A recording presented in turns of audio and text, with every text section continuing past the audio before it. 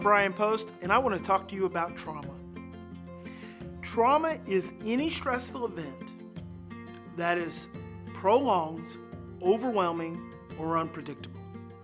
Any stressful event. And this is where we end up misunderstanding trauma from the very beginning.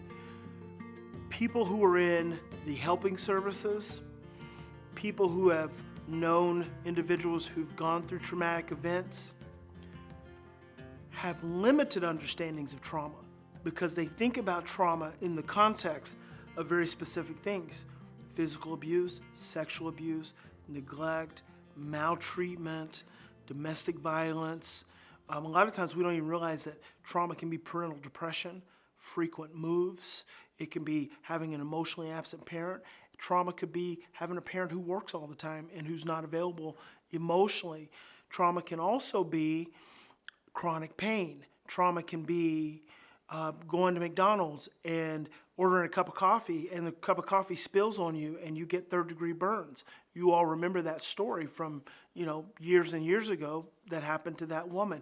From that point forward, she might not be able to drink a hot cup of coffee again. Trauma can be so many more things than what we think of it as. And the significance is you have to realize that trauma is any stressful event which is prolonged, overwhelming, or unpredictable.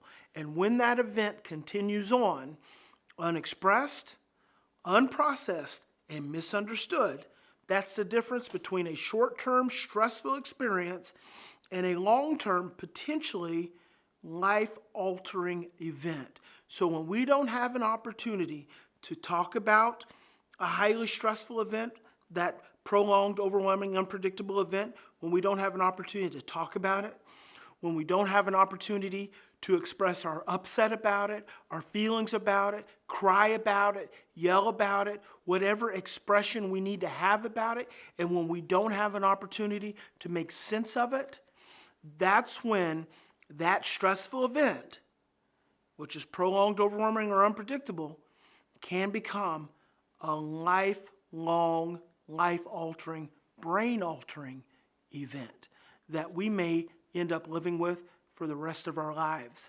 So it is so important that we give individuals opportunities to express, process, and understand when it comes to trauma, because that's how we heal through it. And really, you heal through trauma by taking the memory and putting it into a coherent narrative.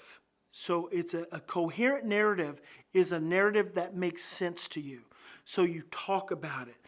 If you think about the last time you got pulled over by a police officer, once you got pulled over, what's the first thing you usually do after the police officer is no longer there? You call someone and you tell them about it. You start talking to them about it. And then you talk to someone else about it. And you talk to someone else about it.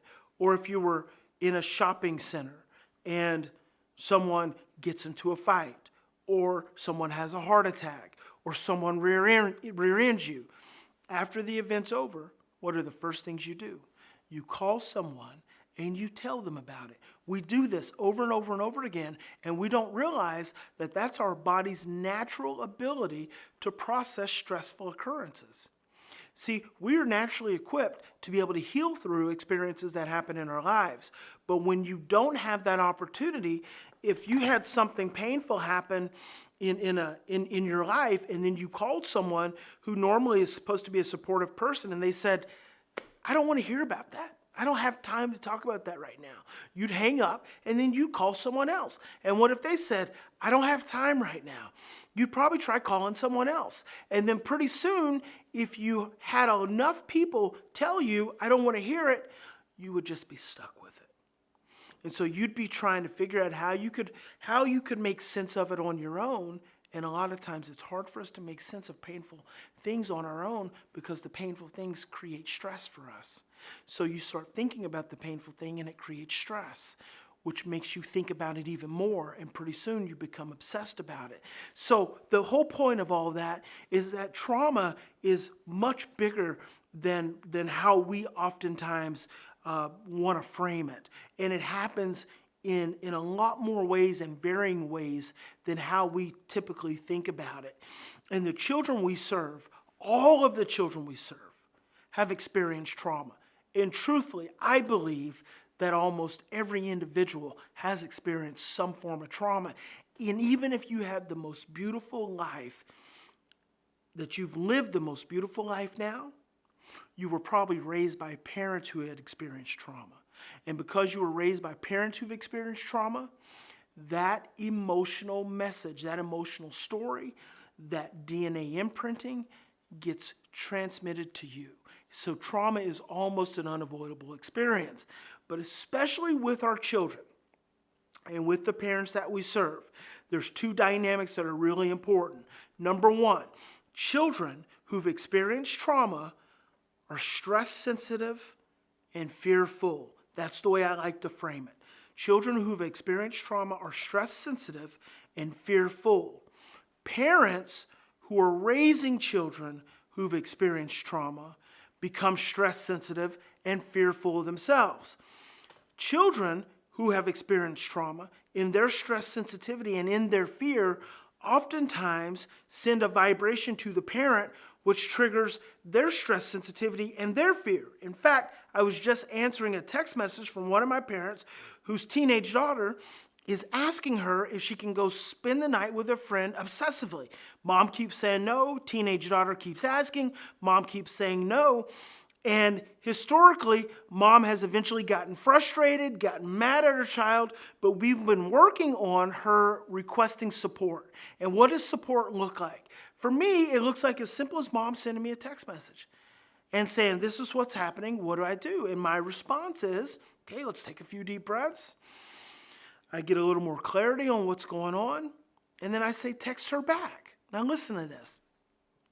I say, text her back and ask her to text you more so you can keep telling her no. So that completely goes against what mom's used to, because mom thinks the child should stop asking. But a trauma brain doesn't stop, because a trauma brain easily becomes obsessive. So there's a great tendency that the teenager's not going to stop. And so because mom wants her to stop, she typically, historically, will start getting angry at her in an attempt to stop. But what's happening is mom is getting stressed. And as mom starts getting stressed, and as mom starts getting fearful, she starts becoming more controlling. When I say to mom, take a few deep breaths and just text her back, please text me so I can keep telling you no, it totally changes the framework for mom, so she stops feeling overwhelmed.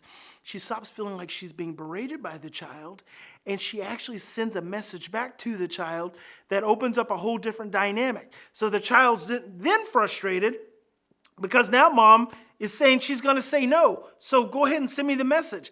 And then she doesn't want to send the message. So it creates this paradox, but mom all of a sudden starts feeling more empowered. And then I sent mom another funny little message. I can't even remember what it was.